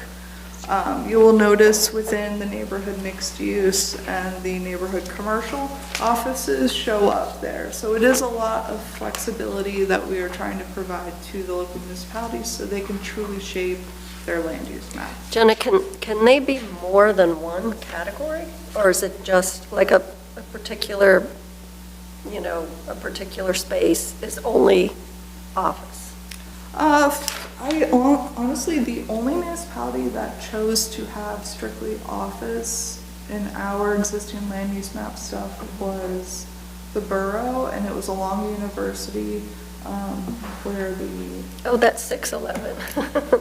Yeah. Is it, I think there's a... It's like down from the gas station. Yeah. But right before the parkway, that area. That was the only area the borough wanted as just office. Like, they don't permit residential, they don't permit... Where the orthodontist is. Yeah, it was very odd, but I was like, okay, you do you. So that was kind of the only area. There were previous old iterations of office in other municipalities, but even with the amendments that those municipalities did over time, they got away from strictly office. They started permitting more uses. So the swath along College in Ferguson Township, right by the COG building where Gigi's is, on the future land use map, that was office. But there's a restaurant there, Okay. So I think with these iterations, honestly, I could see office going away the next time we go through this, just because I think there is this overall national trend to allow these mix of uses everywhere. So we'll see what the next iteration looks like. And then the final thing on that third page, and so I had talked about our overall policies. We want growth within the regional growth boundary. We don't want density and development outside. We're trying to keep us from sprawl. So we have rural resources, preserved/conserved resources, and developed. So a lot of those designations are strictly for outside the regional growth boundary. You will notice a few rural resources within the regional growth boundary, and that just means that there is essentially developable land.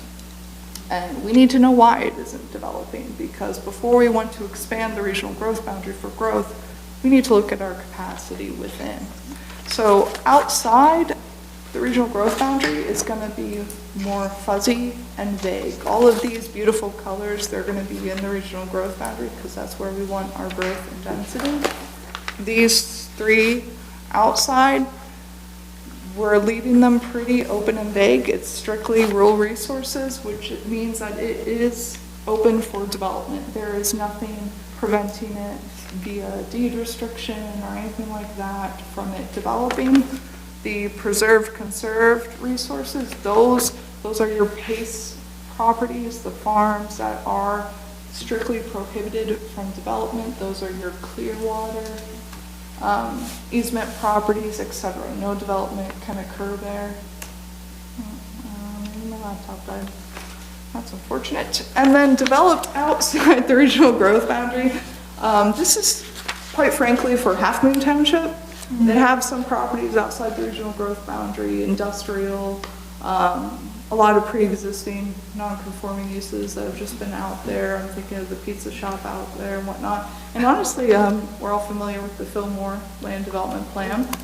that potentially could be a developed piece of property outside the regional growth boundary, just recognizing that it is there, and that overall, we are not trying to promote more growth outside yet until we address what's within. And I really hope my laptop didn't die on me, because it did. Ryan's gonna log in. Oh, thank you. Because I got some quick facts. I promised staff this wouldn't take me long.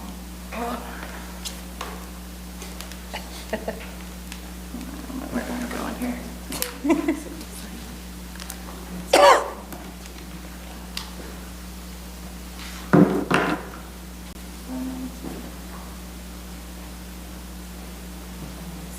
So next, what we will look at very quickly in 3 slides is the red cap report.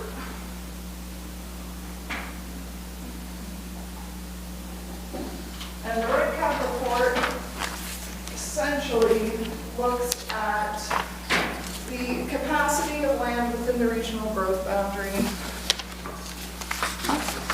Do I want that? Oh, she's gonna log back in. Or you can have it. You want to get one, Debbie? You're going to need this, though.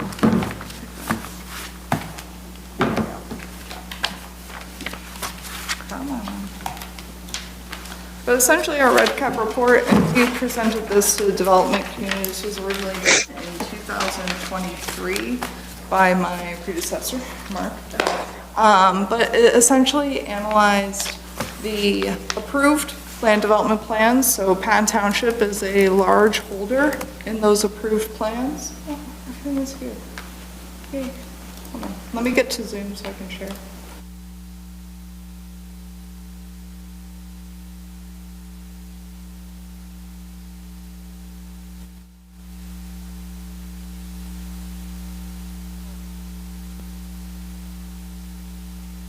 Like flying in the blind. Okay. She's got everything. Yeah, the whole system just crashed. Oh yeah, because we had to pull it out and move it over. It's amazing. I love technology. Why isn't this going? No, I don't want that one. Well, at least we still have internet here. I mean, True. we lost internet up at the house. Oh, we know of. Today when Comcast came by. Oh, really? It's not working. Oh my gosh. Gotta make sure Sharon's on. Where do you live, Phil? Where do you live? Up on Ambleside. Yes, apparently it's just our house. So my kids are probably. All right. Sharon, can you hear us? Laptop died. Oh, you're muted. Hold on. Let me get everything set back up here. I can hear now. Can you hear me? Yes. Yes, Okay. perfect. All right. All right, so that future land use map, it is active, and I will share that link after this meeting. You can go in, get a little closer on Patton Township. I am muted, I think. Somebody's not. I don't think so. Sorry. Here we are. Momentary.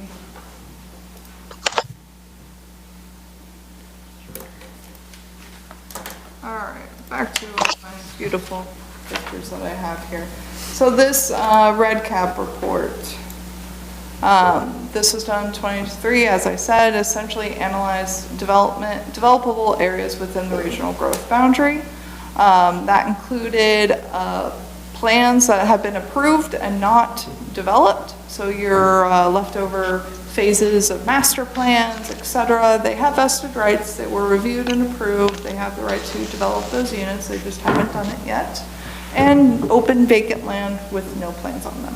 And that's strictly what we're looking at in this quest of, do we grow or not grow? Do we need to expand the regional growth boundary or not, based off of our population projections? Like, do we need to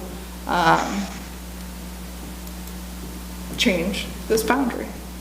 Let's see. Hey, Jen, a quick question on the Sure. 2023 Yeah.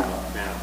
Uh-huh. Did we have that tied to the, it's been so long ago, did we also have that information on which developers were tied to those projects? Well, we met with them because there's just a handful of them. And we also met with the managers on it, too. Just wondering if we could see which ones are not being developed. Yes.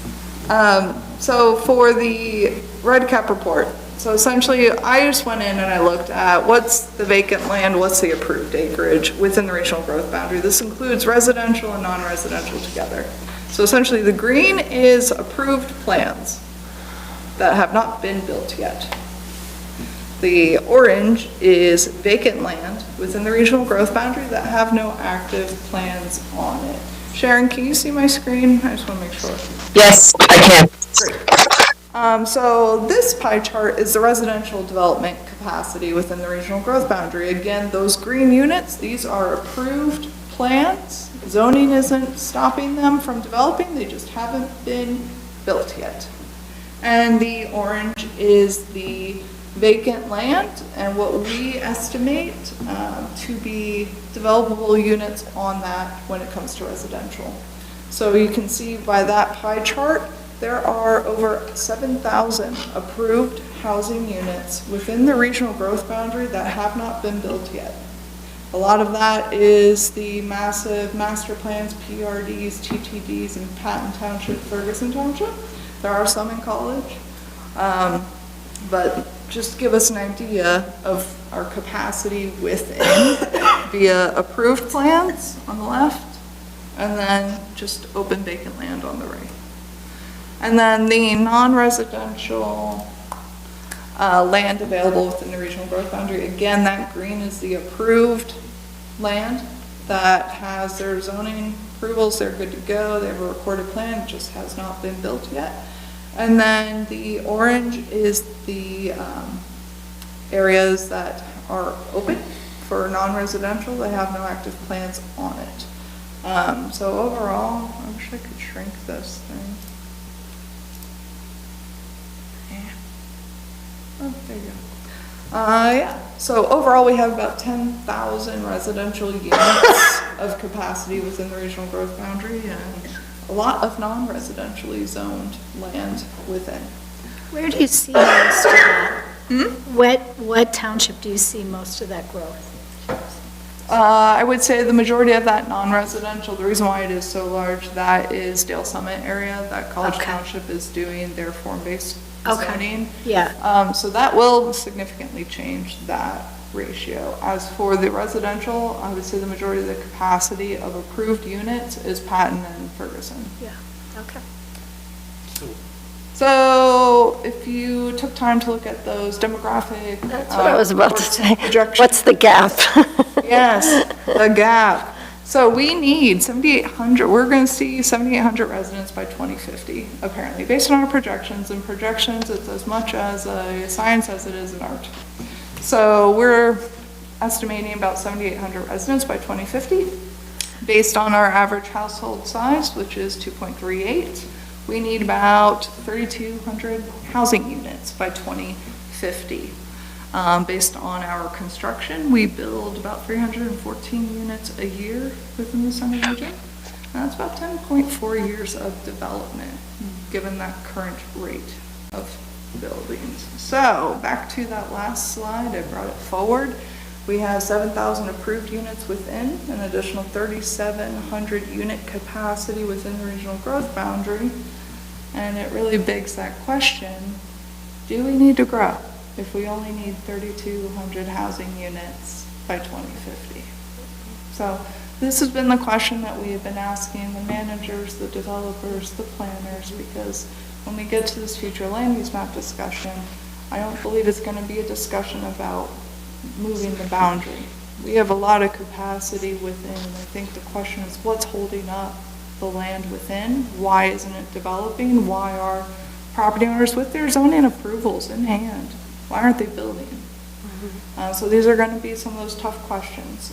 In addition to that, the non-residential side of this. Granted, a majority of that pie chart was that Dale Summit area. That will change. But based on our economic development report, we're having rising office vacancy, a declining employment of 13 of our 20 major industry sectors within Center County. And so a lot of the discussions have been around, we have a ton of land that's zoned for these uses that we're seeing declines in when there is a housing crisis. And there's a housing crisis going on, and part of this discussion may also include, are there areas within the regional growth boundary that are zoned for non-residential that should be zoned for residential when we talk about future growth. So I will say, to be quite frank, we brought the developers in, a lot of the big families. We kind of have a monopoly on ownership in the center region.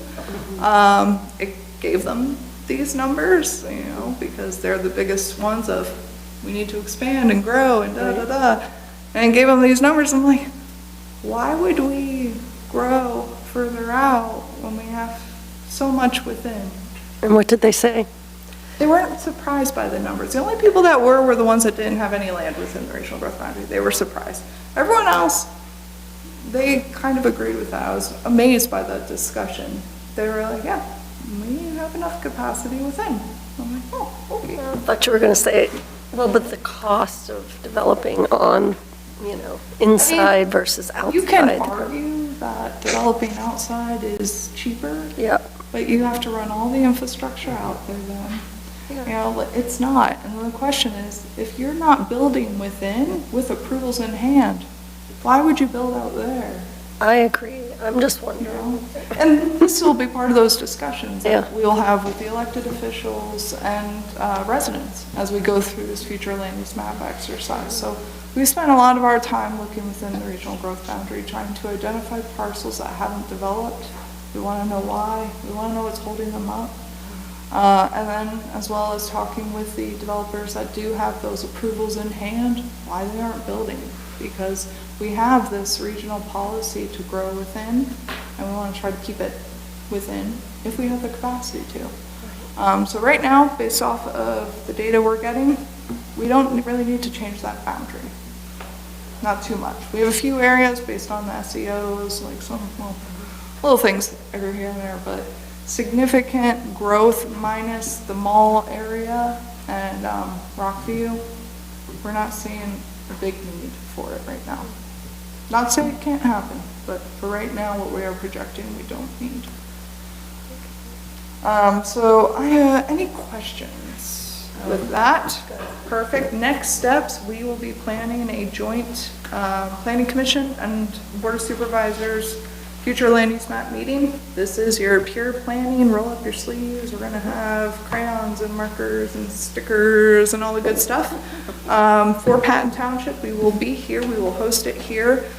Before that meeting, we will have an open house for all residents to come and provide input. We will have some strategies already drafted to get feedback on what residents like, don't like, if there's something we're missing, they could add, etc.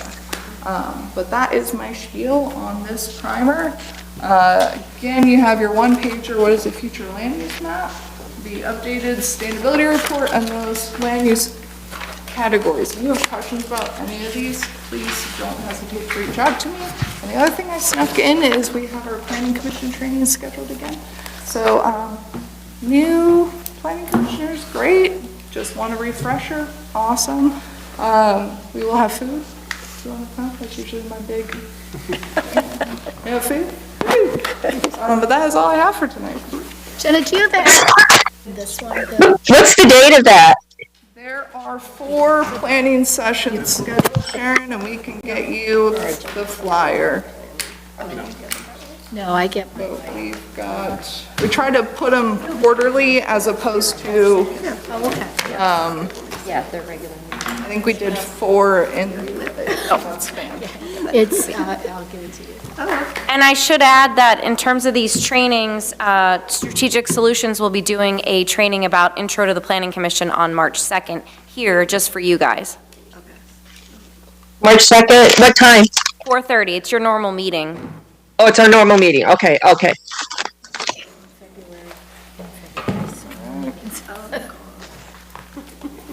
Okay. All right, well, there's another update from Nicole, or are we done? We're done. Oh, I just saw it in the. All right, then, motion to adjourn. I second it. All right, we're adjourned.